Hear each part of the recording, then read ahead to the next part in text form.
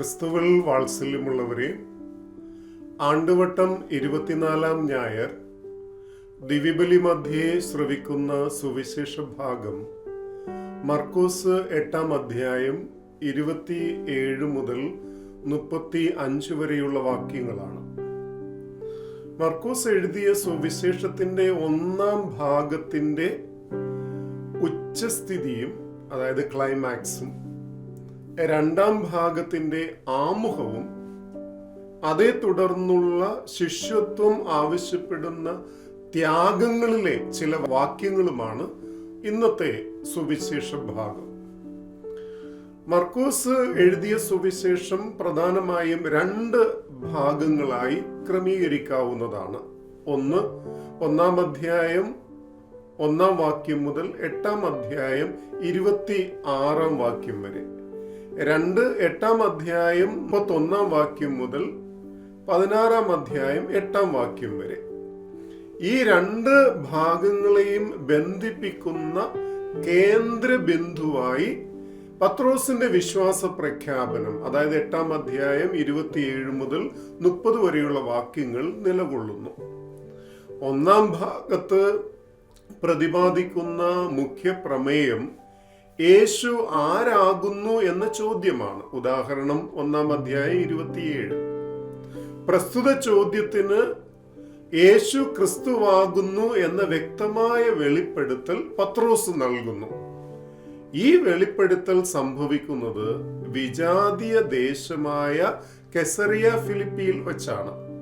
മുൻകാലത്ത് pan ദേവനെ ആരാധിച്ചിരുന്ന പനയാസ് എന്ന ദേശമാണ് യേശുവിന്റെ കാലത്ത് കെസറിയ ഫിലിപ്പി എന്ന് അറിയപ്പെട്ടിരുന്നത്.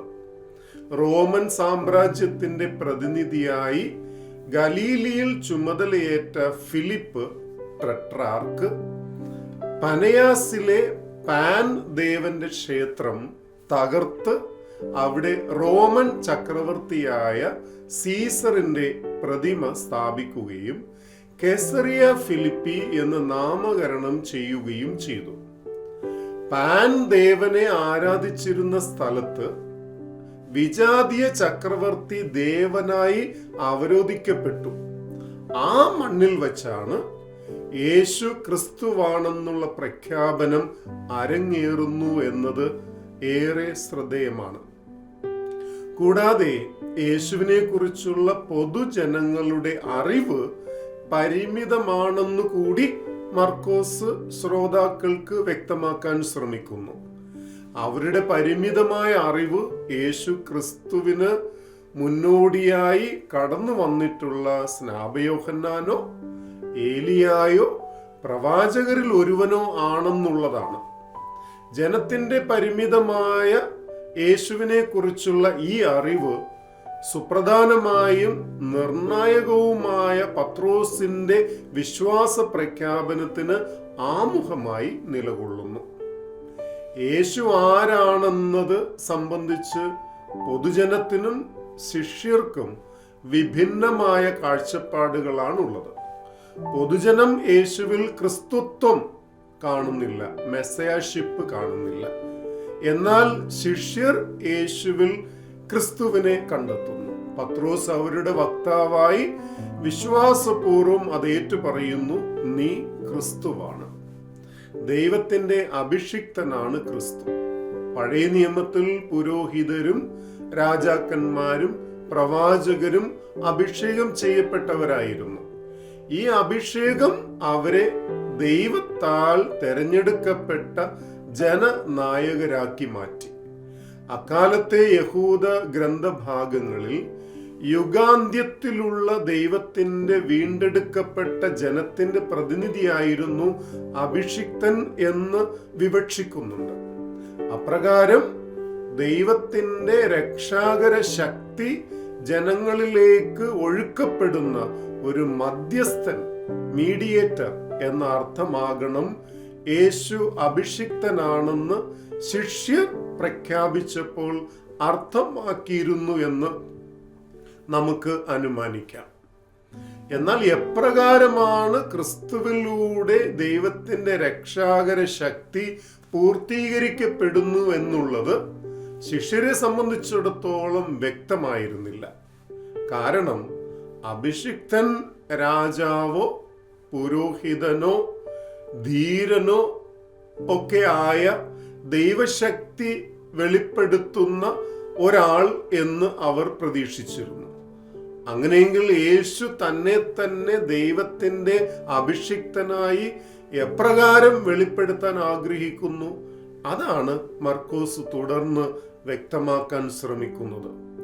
യേശുവിലുള്ള ക്രിസ്തുത്വം എന്താണെന്ന് ആദ്യ പീഡാനുഭവ പ്രവചനത്തിലൂടെ മർക്കോസ് വെളിപ്പെടുത്തുന്നുണ്ട്. പ്രവചനം സഹനപൂരിതമായ അന്ത്യമാണ് യേശുവിൻ്റെ ക്രിസ്തുത്വത്തിൻ്റെ സുപ്രധാന സ്വഭാവം എന്ന സത്യം വെളിപ്പെടുത്തുന്നു. ക്രിസ്തുത്വത്തിൻ്റെ സത്തും സാരവും പീഡാനുഭവ ഭാഗധേയത്തിലാണ് നിറഞ്ഞിരിക്കുന്നതെന്നും ഈ പീഡാനുഭവ പ്രവചനത്തിൽ നമുക്ക് കണ്ടെത്താൻ കഴിയും. അതുകൊണ്ട് മനുഷ്യപുത്രൻ തിരസ്കരിക്കപ്പെടേണ്ടതിൻ്റെയും പീഡ സഹിച്ച് മരിച്ച് മരണത്തെ അതിജീവിച്ച് ഉയർക്കേണ്ടതിൻ്റെയും ആവശ്യകതയെക്കുറിച്ച് യേശു ശിഷ്യരെ പഠിപ്പിക്കുന്നു. എന്നാൽ യേശുവിൻ്റെ ക്രിസ്തുത്വത്തിൻ്റെ പൊരുൾ ശിഷ്യപ്രതിനിധിയായ പത്രോസിന് ഉൾക്കൊള്ളാൻ കഴിയുന്നില്ല. അതിനാൽ അവൻ യേശുവിൻ്റെ പീഡാനുഭവ ഭാഗധേയത്തിനെതിരെ ശക്തമായി പ്രതികരിക്കുന്നു. ഇതിൽ നിന്നും ശിഷ്യരുടെ ഭാവനയിലുള്ള ക്രിസ്തു പീഡ സഹിക്കുന്ന ഒരുവനല്ല എന്നു വേണം നാം മനസ്സിലാക്കാൻ.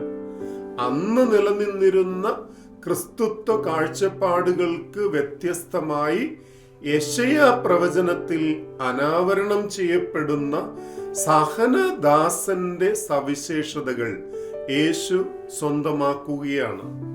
സഹനപാതയിൽ നിന്ന് യേശുവിനെ അകറ്റി നിർത്തുവാനുള്ള ഏതൊരു ശ്രമവും ദൈവഹിതത്തിൽ നിന്ന് യേശുവിനെ പിന്തിരിപ്പിക്കുവാനുള്ള സാത്താന്റെ പ്രവൃത്തിക്ക് തുല്യമാണ്. മഹത്തായ വിശ്വാസ പ്രഖ്യാപനത്തിലൂടെ മാനുഷിക തലത്തിൽ നിന്ന് ഉദാത്തമായ ഒരു തലത്തിലേക്ക് ഉയർന്ന ശിഷ്യപ്രതിനിധിയായ പത്രോസ് സഹനത്തിന്റെ പാതയിൽ നിന്നും യേശുവിനെ പിന്തിരിപ്പിക്കുവാൻ ശ്രമിക്കുമ്പോൾ വീണ്ടും മാനുഷിക ചിന്തയിലേക്ക് നിബദിക്കുകയാണ്. ആകയാൽ തൻ്റെ ശ്രോതാക്കളോട്, ശിഷ്യരും ജനക്കൂട്ടവും ഉൾപ്പെടുന്ന ശ്രോതാക്കളോട് ക്രിസ്തുത്വം സഹനം ഉൾക്കൊള്ളുന്നുവെന്നും തന്നെ അനുഗമിക്കുന്ന എല്ലാവരും ഇക്കാര്യം ശരിക്കും അറിഞ്ഞിരിക്കണമെന്നും പീഡ സഹിക്കുന്ന ക്രിസ്തുവിനെ അനുഗമിക്കുക എന്നതിൻ്റെ അർത്ഥം അവിടുത്തെ സഹനത്തിൽ പങ്കുചേരുകയാണെന്നും യേശു പഠിപ്പിക്കുന്നു. ഇതിലൂടെ സുവിശേഷത്തിൻ്റെ 2ാം ഭാഗത്തിൻ്റെ ആരംഭത്തിൽ തന്നെ ക്രിസ്തു ആരാണെന്ന് എന്ന ചോദ്യത്തിന് മർക്കോസ് ഉത്തരം നൽകുകയാണ്. ക്രിസ്തു സഹിക്കുന്നവനാണ്. പ്രിയമുള്ളവരെ, നീ ക്രിസ്തുവാണ്. പത്രോസ് പ്രഖ്യാപിച്ചത് ഇതാണ്. പത്രോസ് ഇത് പ്രഖ്യാപിക്കുമ്പോൾ അവന് പ്രതീക്ഷകളും പ്രതിബദ്ധതകളും ഉണ്ടായിരുന്നു. ജനങ്ങളെ മഹത്വത്തിലേക്ക് നയിക്കാൻ ഒരു ക്രിസ്തുവിനെ പത്രോസ് ആഗ്രഹിച്ചു. എന്നാൽ യേശുവിന് വ്യത്യസ്തമായ പ്രതീക്ഷകളും പ്രതിബദ്ധതയുടെ കാഴ്ചപ്പാടും ഉണ്ടായിരുന്നു. യേശുവിൻ്റെ ദർശനം ജനങ്ങൾക്കിടയിൽ നാണക്കേടുണ്ടായേക്കാം, കാരണം ക്രിസ്തു സഹിക്കുന്നവനാണ്. പക്ഷേ ദൈവം മുൻപാകെ അവൻ മഹത്വപ്പെടും. യേശു ക്രിസ്തുവാണെന്ന് നാം പ്രഖ്യാപിക്കുമ്പോൾ ആ പ്രഖ്യാപനം കൊണ്ടുവരുന്ന ഉത്തരവാദിത്വം നമുക്ക് മറക്കാതിരിക്കാം. ആ പ്രഖ്യാപനം കൊണ്ടുവരുന്ന അപകടങ്ങളും നാം സ്വീകരിക്കേണ്ടതുണ്ട്. ആത്യന്തികമായി ആ പ്രഖ്യാപനം നമ്മെ ജനപ്രിയമാക്കുകയോ സുഖപ്രദമാക്കുകയോ ചെയ്യുന്നില്ല. എന്നാൽ അവ നമ്മെ നിത്യജീവനിലേക്ക് കൊണ്ടെത്തിക്കുക തന്നെ ചെയ്യും. ദൈവം നമ്മെ സമൃദ്ധമായി അനുഗ്രഹിക്കട്ടെ.